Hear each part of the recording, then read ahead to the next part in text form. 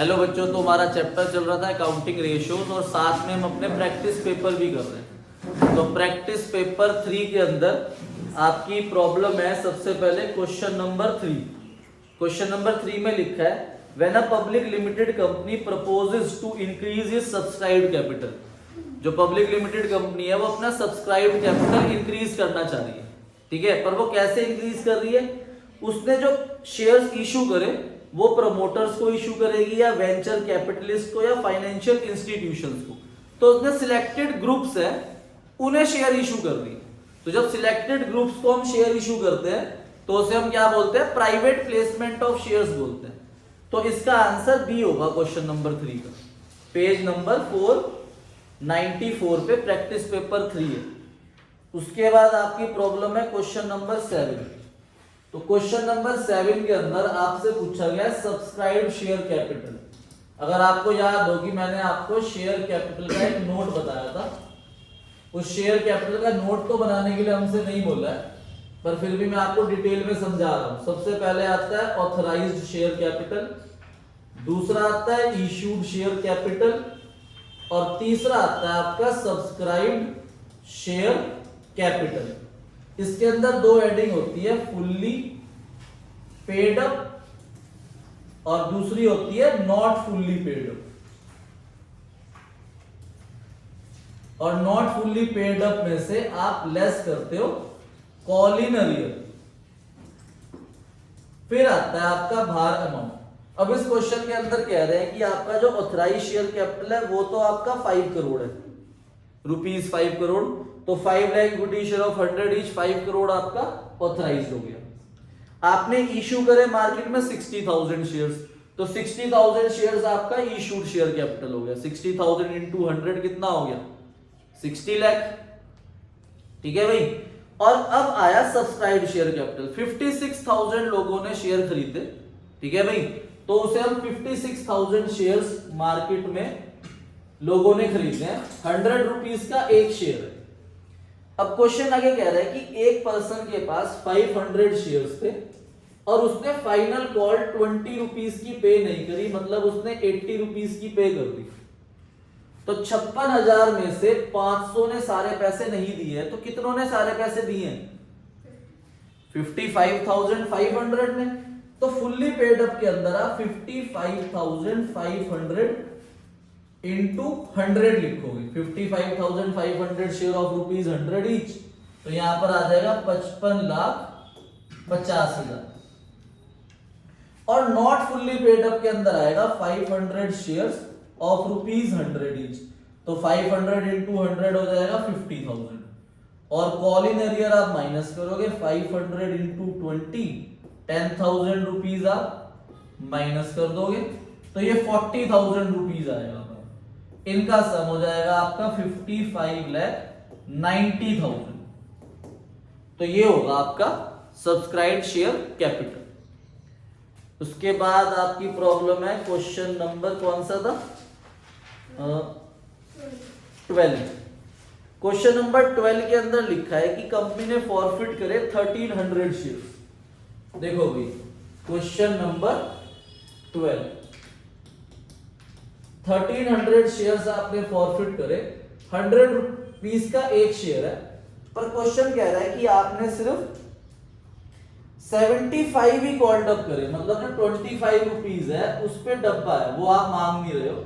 75 rupees आपने मांगे, उसमें भी 40 रुपीज उसने पे नहीं करे। 40 पे नहीं करे तो कितने पे कर दिए? 35। मतलब आप 1300 शेयर पे पहले कितने रुपए कमा चुके हो?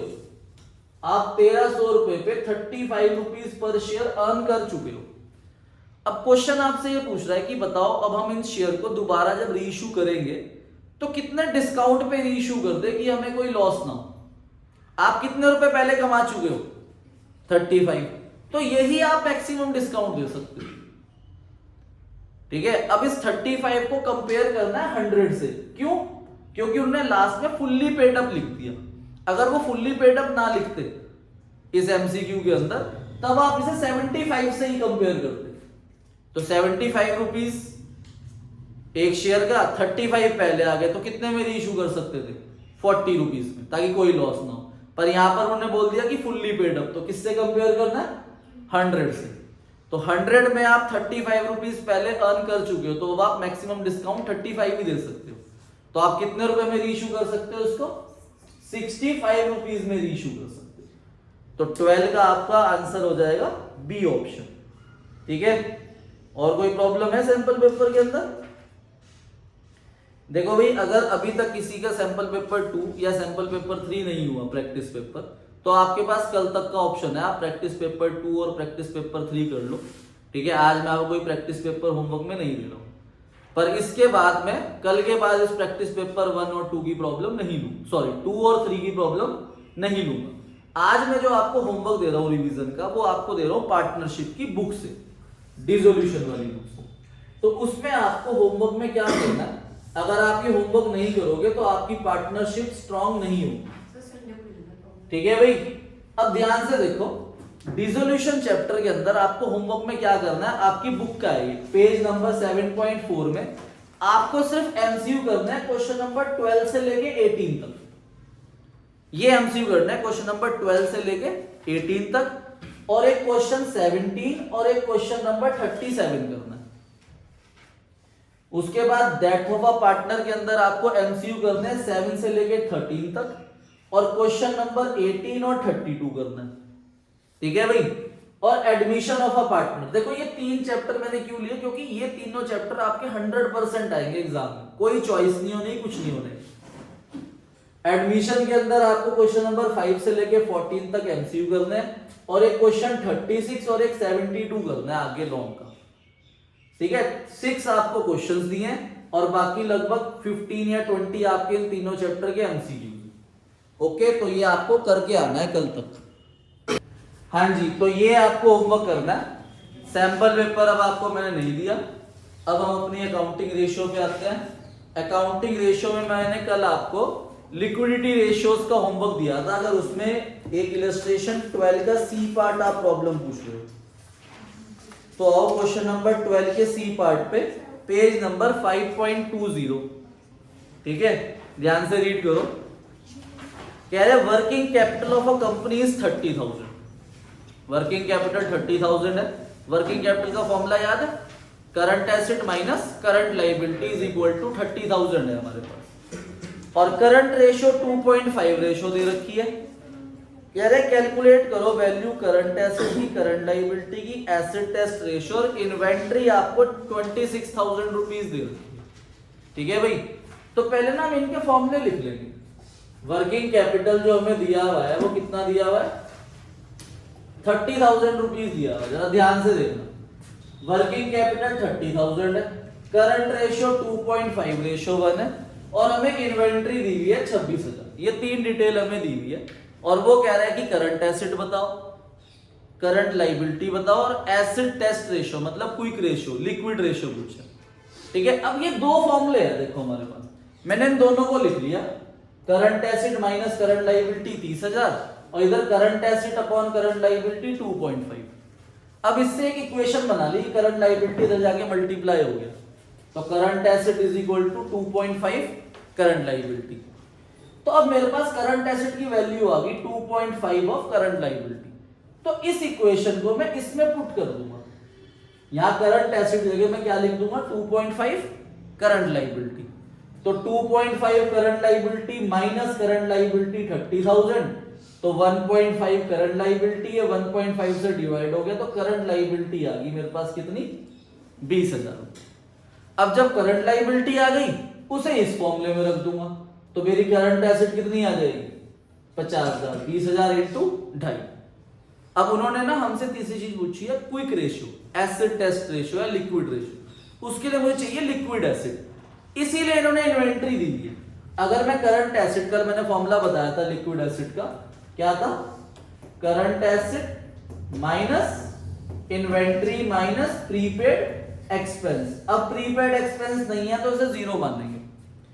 तो liquid asset, current asset minus inventory, तो करंट एसिड माइनस इन्वेंट्री 50 माइनस 26, 24,000 रुपए मेरे पास लिक्विड एसिड आ गई। तो अब मैं एसिड टेस्ट रेशियो निकाल लूंगा, liquid acid upon current liability, 24,000 upon 20,000, 1.2 ratio 1। तो पहले आपको इन फॉर्मूलों को एक्सपेंड करके इक्वेशन बना के वैल्यू ढूंढनी। कभी भी अगर आपको क्वेश्चन के अंदर दो रेशो दे दे तो आपको उन्हें एक्सपेंड करके इक्वेशन बना के उन्हें एक दूसरे में पुट करके वैल्यू ढूंढनी है। ठीक है, नोट कर लो इसे 12 का सी पार्ट। तो पेज नंबर 5.25 क्वेश्चन नंबर 20। ठीक है, x limited as a current ratio 3.5:1। देखो इक्वेशन आ गई। Quick ratio 2:1। If excess of current asset over quick asset is represented by inventory 16,000 और प्रीपेड एक्सपेंस 8,000। इन्वेंट्री और प्रीपेड एक्सपेंस भी दे दिया। अब करंट एसेट पूछ रहा है क्वेश्चन, तो पहले हम क्या करेंगे, वही दो फॉर्मूले बनाएंगे। Illustration number 20। करंट रेशियो क्या दे रखी है, 3.5/1 लिख लेना, और क्विक रेशियो 2/1। ठीक है, अब करंट रेशियो का फॉर्मूला लिख दिया हमने, current asset upon current liability इधर ले गया मैं सीधा, 3.5 current liability, quick asset is equal to twice of current liability. ठीक है भाई, अब क्वेश्चन के अंदर हमें क्या दे रखी है, इन्वेंट्री और प्रीपेड एक्सपेंस। तो अब आपको याद आना चाहिए कि भाई क्विक एसेट का फॉर्मूला होता है, तो हम यहां पर इसे एक्सपेंड करेंगे, current asset minus inventory minus prepaid expense is equal to twice of current liability. इस करंट एसेट की वैल्यू को यहां रख देंगे, तो करंट एसेट लिख दूंगा मैं 3.5 करंट लायबिलिटी। इन्वेंट्री और प्रीपेड एक्सपेंस दे रखे हैं 16 और 8, एक ही बार लिख दिया 24,000 is equal to twice of current liability. इधर जाके माइनस हो जाएगा, तो 1.5 current liability is equal to 24,000। तो करंट लायबिलिटी की वैल्यू आ जाएगी 24,000 डिवाइड बाय 1.5। तो 24,000 को जब आप 1.5 से डिवाइड करोगे तो 16,000 आ जाएगी करंट लायबिलिटी। पर उन्होंने तो करंट एसेट पूछी थी, अब करंट लायबिलिटी को यहां रख दो। Current asset is equal to 3.5 into 16, तो 16,000 इंटू 3.5, तो 56,000 आ जाएगी आपकी करंट एसेट। तो ये आपका ए पार्ट है, करंट एसेट। ऐसे ही आप करंट लायबिलिटी वो हम ढूंढ चुके हो, क्विक एसेट यहां पे रख दो, करंट लायबिलिटी की वैल्यू क्विक एसेट आ जाएगी। क्वेश्चन नंबर 12 का ए पार्ट। अब नेक्स्ट प्रॉब्लम है आपकी इलस्ट्रेशन नंबर 24 पेज 5.27। देखो ध्यान से रीड करो, कह रहे the ratio of current asset 3 lakh to current liability 2.4:1। Current asset to current liability से जो रेशियो आती है वो कौन सी रेशियो होती है, करंट रेशियो। तो उन्होंने करंट रेशियो दी हुई है 2.4 और करंट एसेट की वैल्यू दी हुई है 3 लाख। तो पहले मैं करंट लायबिलिटी फाइंड आउट कर लूंगा। देखो भाई, current ratio 2.4/1, current asset upon current liability is equal to 2.4। Current asset की वैल्यू रख दी 3 लाख, और ये 2.4 इधर आ गया, करंट लायबिलिटी इधर चली गई। तो मेरी करंट लायबिलिटी 1,25,000 आ गई और करंट एसेट 3 लाख। ये अभी मेरे पास एग्जैक्टली है। इसे सॉल्व करके रेशियो क्या आ रही है, 2.4:1। पर क्वेश्चन आगे बोल रहा है कि जो अकाउंटेंट है हमारी फर्म का, वो कह रहा है कि मुझे अपनी रेशियो 2:1 रखनी है।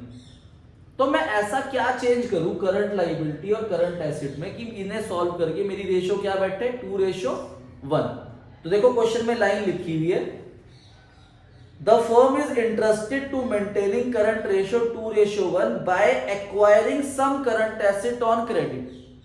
कि मैं कितनी करंट एसेट को उधार खरीद दूं कि मेरी रेशियो 2:1 आ जाए। तो मुझे वो अमाउंट ढूंढना है करंट एसेट का, ठीक है, जिसे रख के मेरी रेशियो क्या बन जाएगी, 2:1। तो मैंने एज्यूम कर लिया let acquire current asset on credit be x. तो जब मैं करंट एसेट को खरीदूंगा तो मेरी करंट एसेट बढ़ जाएगी, 3 लाख प्लस एक्स हो जाएगा, और मेरी करंट लायबिलिटी बढ़ जाएगी 1,25,000 प्लस एक्स। और इन्हें सॉल्व करके रेशियो क्या आनी चाहिए, 2:1। न्यू करंट रेशियो मेरी 2:1 होनी चाहिए। तो new current asset 3 lakh plus x, new current liability 1,25,000 plus x.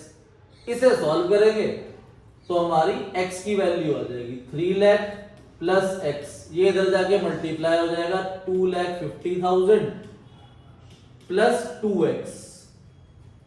ठीक है भाई, तो ये माइनस हो जाएगा आपका 50,000 आ जाएगी आपकी x की वैल्यू। मतलब मैं करंट एसेट 50,000 अगर उधार खरीदूंगा तो मेरी रेशियो 2:1 हो जाएगी। खुद देखो भाई, 3 लाख में 50,000 ऐड हो जाएंगे, कितना हो जाएगा 3.5, 1.25 में 50 ऐड करूंगा तो कितना हो जाएगा 175। तो 175 डायरेक्टली 2 से डिवाइड कर देता सीधा 3.5 लाख, तो 2:1 बन जाएगा। ठीक है भाई। हाँ जी, तो कल हमने लिक्विडिटी रेशियोज करी थी। देखो लिक्विडिटी रेशियोज के अंदर मैंने आपको कल 2 रेशियोज कराई थी। ठीक है, कौन कौन सी? Current ratio and quick ratio. अब करंट रेशियो का फॉर्मूला था current asset upon current liability. अगर हमें किसी कंपनी की short term solvency ratio check करनी होती है तो हम करंट रेशियो और क्विक रेशियो चेक करते हैं, और लॉन्ग टर्म के लिए अगर हमें चेक करना है तो उसके लिए सॉल्वेंसी रेशियो। ठीक है भाई। अब करंट रेशियो और क्विक रेशियो मैंने आपको बताया, जो रेशियो चैप्टर ये एनालिटिकल टूल है। किसी कंपनी की फाइनेंशियल स्टेटमेंट को अगर हमें एनालाइज करना है, समझना है कि वो बेटर है या और अच्छी है या फिर वो वर्स्ट है, तो वो रेशियोज एक टूल है जिससे हम उसे एनालाइज करके पता कर सकते हैं। अब मान लो आपने करंट रेशियो निकाली, कल हमने क्वेश्चंस भी दिए थे। अब करंट रेशियो हमने निकाली तो हमें कैसे पता चलेगा कि वो रेशियो अच्छी है या बेकार? तो इसकी एक आइडल रेशियो होती है। तो करंट रेशियो की आइडल रेशियो होती है 2:1। मतलब अगर आपकी करंट एसेट 2 टाइम्स है किसके? करंट लायबिलिटी के, तो वो बेटर रेशियो है। ठीक है, अगर वो 2:1 से ज्यादा आ रही है तो वो और अच्छी बात है। पर अगर आपकी करंट रेशियो 2:1 से कम आएगी तो वो अच्छी बात नहीं है। मतलब कंपनी की financial conditions, working capital, short term solvency जो है वो साउंड नहीं है। ऐसी क्विक रेशियो है। क्विक रेशियो की आइडल रेशियो होती है 1:1। मतलब आपकी क्विक एसेट और करंट लायबिलिटी 1:1 अगर सेम है, इक्वल है, तो बेटर है। अगर ये बढ़ रही है तो भी अच्छी बात है, पर अगर ये डिक्रीज हुई तो वो वर्स्ट है, वो साउंड गुड नहीं है कंपनी के लिए। ठीक है, तो ये आइडल रेशियोज है। एमसीक्यू में आ जाता है करंट रेशियो की आइडल रेशियो 2:1 और क्विक रेशियो की आइडल रेशियो 1:1। तो आज हम अपनी रेशियोज कर रहे हैं सॉल्वेंसी रेशियो। तो आपको ध्यान रखना है कि जो हमारी बैलेंस शीट होती है उसके 2 साइड होते हैं। एक होता है इक्विटी एंड लायबिलिटी, क्योंकि हम कंपनी की बात कर रहे हैं, और एसेट होती है। इक्विटी एंड लायबिलिटी में 3 हेडिंग होती है, shareholder fund, non current liability और करंट लायबिलिटी। और एसेट में नॉन करंट एसेट और करंट एसेट। तो मैं ये भी बोल सकता हूं total asset is equal to shareholder fund plus non current liability plus current liability. मैं ये भी बोल सकता हूं total asset is equal to non current asset plus current asset. दोनों फॉर्मूले होते हैं टोटल एसेट, क्योंकि बैलेंस शीट क्या होती है? मैच। तो total asset non current asset plus current asset भी है, और total asset share holder fund plus non current liability plus current liability भी। ठीक है भाई। तो आज हम अपनी सॉल्वेंसी रेशियोज या लॉन्ग टर्म सॉल्वेंसी रेशियोज जो है, इसमें टोटल आपके 5 फॉर्मूले, पर आज हम 3 फॉर्मूले डिस्कस करेंगे। ठीक है भाई। तो सॉल्वेंसी रेशियो में हम कंपनी की लॉन्ग टर्म फाइनेंशियल पोजीशन या लॉन्ग टर्म सॉल्वेंसी की कंपनी लॉन्ग में कैसा परफॉर्म कर रही है वो चीज चेक करते हैं। तो इसमें सबसे पहला फॉर्मूला है डेब्ट इक्विटी रेशियो। देखो सबसे अच्छी बात है कि इसके नाम में ही फॉर्मूला है। डेब्ट इक्विटी रेशियो का फॉर्मूला क्या है? डेब्ट अपॉन इक्विटी। बस ये याद रखना है, यहां पर जो डेब्ट आएगी वो कौन सी आएगी? लॉन्ग टर्म डेब्ट, मतलब नॉन करंट लायबिलिटी। और इक्विटी का दूसरा नाम शेयर होल्डर। ठीक है भाई। अब डेब्ट क्या होती है? लॉन्ग टर्म डेब्ट क्या होती है? वो डेब्ट जो हमें लॉन्ग पीरियड में जाके रीपे करनी है, आफ्टर 12 मंथ हमें रीपे करनी है। मान लो हमने बैंक से लोन लिया 10 लाख का, 2 इयर्स के लिए, 3 इयर्स के लिए, 5 इयर्स के लिए, तो वो लॉन्ग टर्म डेब्ट है। पर अगर हमने बैंक से लोन लिया सिर्फ 6 मंथ या 7 मंथ के लिए, तो वो कौन सी डेब्ट है? शॉर्ट टर्म, वो करंट लायबिलिटी। तो लॉन्ग टर्म डेब्ट के आपको एग्जांपल याद रखने हैं, loan from bank, term loan, long term borrowing, long term provision, debentures, mortgage loan और पब्लिक डिपॉजिट। इसकी शीट में कल आपको दे दूंगा, सारे फॉर्मूले लिखे हुए की मैंने प्रिंट आउट निकलवा लिए, कल आपको मिल जाएंगे। और वैसे मैंने ग्रुप में भी भेज दिया, तो आप वहां से भी फॉर्मूला देख सकते हैं। ठीक है भाई। अब इक्विटी और शेयर होल्डर फंड के अंदर क्या आता है ध्यान रखना है। शेयर होल्डर फंड 2 चीजों से बनता है, share capital plus reserve and surplus. और शेयर कैपिटल के अंदर दो चीजें आती हैं, इक्विटी शेयर कैपिटल और preference share capital. Reserve and surplus के अंदर क्या क्या आता है, capital reserve, security premium reserve, general reserve, statement of PL और रिजर्व। अब देखो ध्यान रखना है, रिजर्व एंड सरप्लस हेडिंग है। अगर मान लो क्वेश्चन के अंदर आपको रिजर्व एंड सरप्लस दे दे और जनरल रिजर्व दे दे, तो आप इसे ऐड नहीं करोगे, क्योंकि जनरल रिजर्व पहले से ही रिजर्व एंड सरप्लस के अंदर है, क्योंकि उन्होंने हेडिंग दे दी। अगर मुझे वो करंट एसेट दे दे और दो एसेट अलग से दे दे करंट एसेट, तो मैं उन्हें ऐड नहीं करूंगा। क्यों? जब करंट एसेट दे दी तो वो टोटल है, उसके अंदर वो पहले से ही है। शेयर होल्डर फंड का दूसरा फॉर्मूला, टोटल एसेट है ना, टोटल एसेट में तीन चीजें आती है, shareholder fund, non current liability और करंट लाइबिलिटी। तो मैं टोटल एसेट में से नॉन करंट लाइबिलिटी और करंट लाइबिलिटी हटा दूंगा तो क्या आ जाएगा, share holder fund. Capital employed का फॉर्मूला देखो, गुडविल के अंदर कैपिटल एम्प्लॉयड का फॉर्मूला है total asset minus outside liability.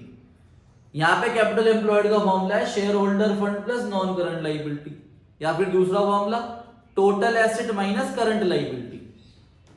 Total asset में से मैं करंट लाइबिलिटी हटा दूंगा तो उससे मेरा कैपिटल एम्प्लॉयड आ जाता है। ठीक है, उसके बाद शेयर होल्डर फंड कैसे निकलेगा, कैपिटल एम्प्लॉयड में से नॉन करंट लाइबिलिटी हटा दो। नॉन करंट लाइबिलिटी कैसे निकलेगी, कैपिटल एम्प्लॉयड में से शेयर होल्डर फंड हटा दो। लॉन्ग टर्म डेप्ट, टोटल डेप्ट में से शॉर्ट टर्म डेप्ट हटा दो तो लॉन्ग टर्म डेप्ट आ जाएगी। ठीक है, तो डेप्ट इक्विटी रेशियो होगी। सेकंड रेशियो है आपकी टोटल एसेट टू डेप्ट रेशियो। देखो नाम में ही है, टोटल एसेट अपॉन डेप्ट। और टोटल एसेट कैसे आएगी, non current asset plus current asset. तीसरा formula proprietary ratio. Proprietary ratio का फॉर्मूला क्या है, equity upon total asset.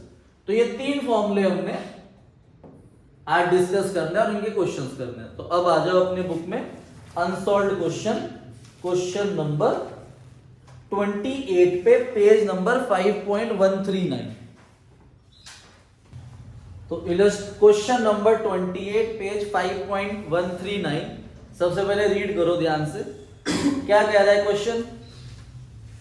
Question हमें कह रहा है, एक मिनट है,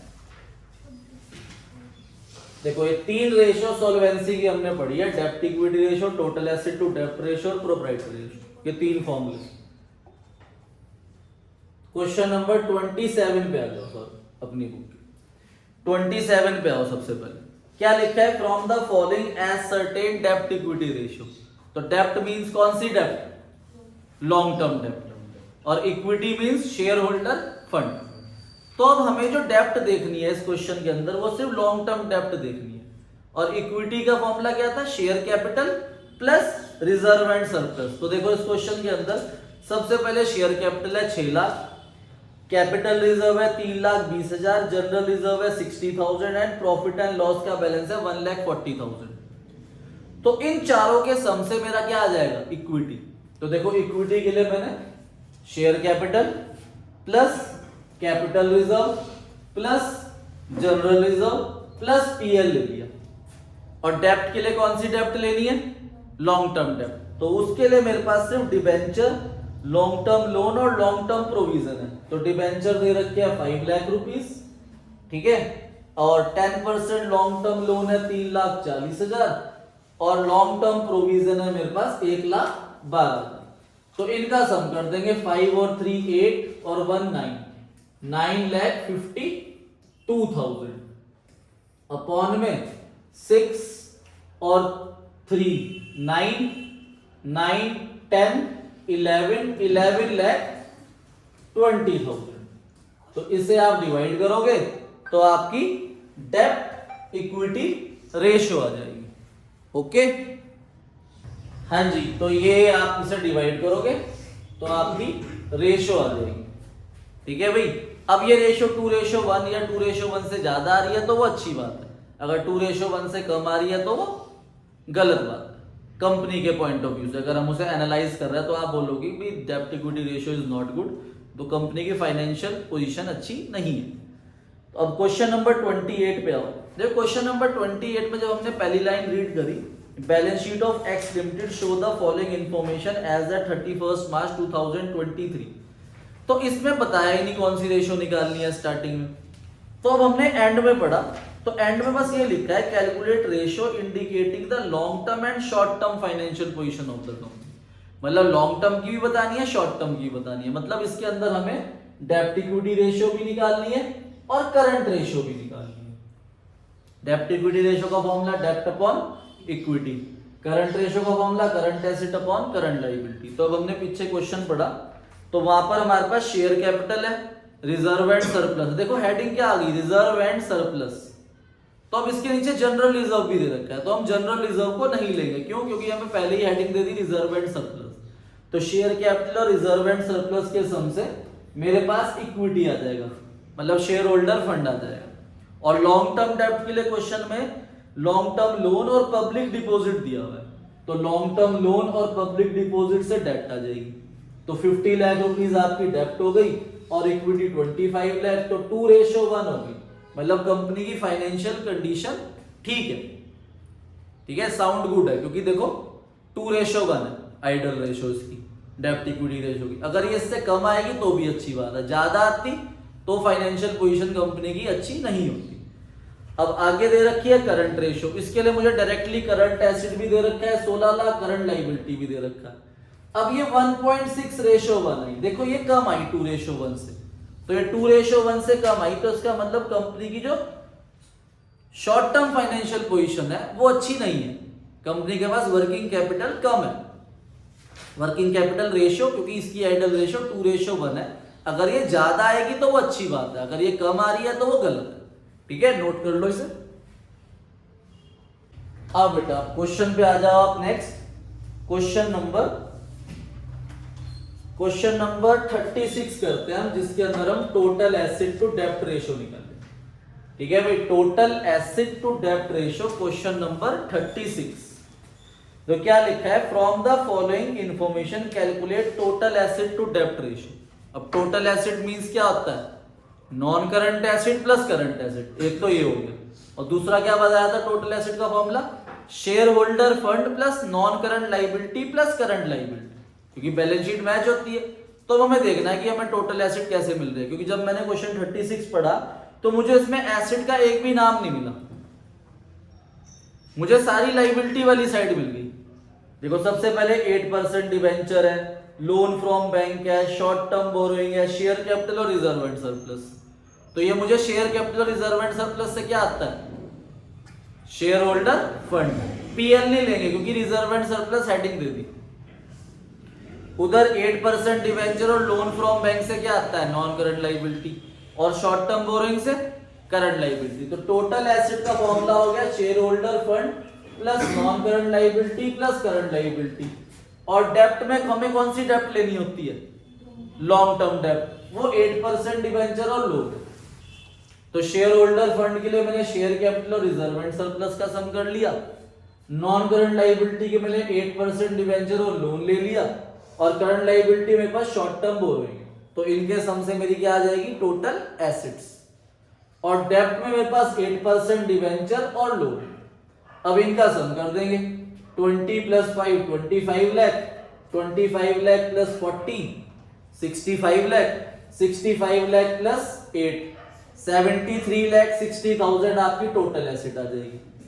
और टोटल डेब्ट सॉरी लॉन्ग टर्म डेब्ट है 40 लाख, तो 73,60,000 डिवाइड बाय 40 लाख, तो ये आपकी रेशियो आ जाएगी 1.84:1। ठीक है, 1.84:1 ये आपकी टोटल एसेट टू डेब्ट रेशियो हो जाएगी। ठीक है, इसके बाद हम करेंगे क्वेश्चन नंबर 41, जिसके अंदर प्रोप्राइटरी रेशियो फाइंड आउट करनी है। आओ क्वेश्चन नंबर 41। जो क्वेश्चन नंबर 41 को ध्यान से रीड करना, कह रहे हैं प्रोप्राइटरी रेशियो निकालनी। प्रोप्राइटरी रेशियो का फॉर्मूला होता है equity upon total asset. Proprietor मतलब कौन, मालिक, और मालिक कौन होते हैं, शेयर होल्डर फंड्स, इसलिए ऊपर इक्विटी आती है। बाकी वाले फॉर्मूले आसान है, जैसे डेब्ट इक्विटी रेशियो तो डेब्ट ऊपर आएगा क्योंकि वो नाम पहले, टोटल एसेट टू डेब्ट रेशियो टोटल एसेट पहले तो टोटल एसेट ऊपर आएगी। यहाँ पे है प्रोप्राइटरी रेशियो। अगर आपको प्रोप्राइटरी रेशियो से याद रखना है तो आप याद रखो कि अगर हम 11th में पढ़ते थे तो वहां प्रोप्राइटर कौन होता था, मालिक बिजनेस का। यहाँ कंपनी के मालिक कौन होते हैं, इक्विटी शेयर होल्डर्स या शेयर होल्डर फंड, तो यहां पर ऊपर इक्विटी आता है, इक्विटी अपॉन, अब इक्विटी हमें डायरेक्टली नहीं दे रखी शेयर होल्डर फंड, ध्यान से पढ़ो, कह रहे इक्विटी शेयर कैपिटल 0.4 टाइम्स है टोटल एसेट के, और टोटल एसेट ऊपर दे रखी है non current asset plus current asset, 8 lakh rupees आपकी टोटल एसेट है, उसका 0.4% कितना है, 4 टाइम्स इक्विटी है, तो 8 लाख इंटू 0.4 करेंगे तो 3,20,000 आ गया इक्विटी। प्रेफरेंस कह रहे हैं कि वो 0.25 है इक्विटी के, तो 3,20,000 का 0.25 करा तो 80,000 आ गया, तो शेयर कैपिटल टोटल आ गया 320 प्लस 80 4 लाख रुपए। अब रिजर्व एंड सरप्लस के अंदर जितने भी प्रॉफिट्स रिजर्व है वो सब आते हैं। अब जनरल रिजर्व दे रखा है आपको 1.5 lakh, net profit before tax है, जो मालिक को नेट प्रॉफिट मिलता है ना वो टैक्स वगैरह देने के बाद मिलता है, तो यहां पर जो नेट प्रॉफिट बिफोर टैक्स है 1,20,000, पहले उसमें से आप टैक्स 25% माइनस करोगे 30,000, तो 90,000 रुपीज आएगा आपका नेट प्रॉफिट आफ्टर टैक्स।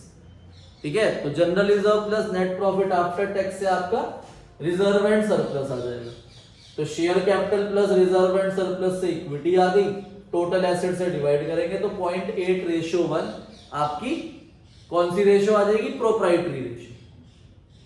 आपका होमवर्क है क्वेश्चन नंबर 5, 14, 24, इलस्ट्रेशन 29, 33, 37, 40 और 43। मैक्सिमम आधे घंटे का होमवर्क है, मैक्सिमम आधे घंटे का होमवर्क है, तो ये होमवर्क आप कंप्लीट कर लेना। ठीक है, यही बात समझ में, और वो जो मैंने आपको पार्टनरशिप का होमवर्क दिया उसे भी कर लेना। Okay, bye bye, thank you.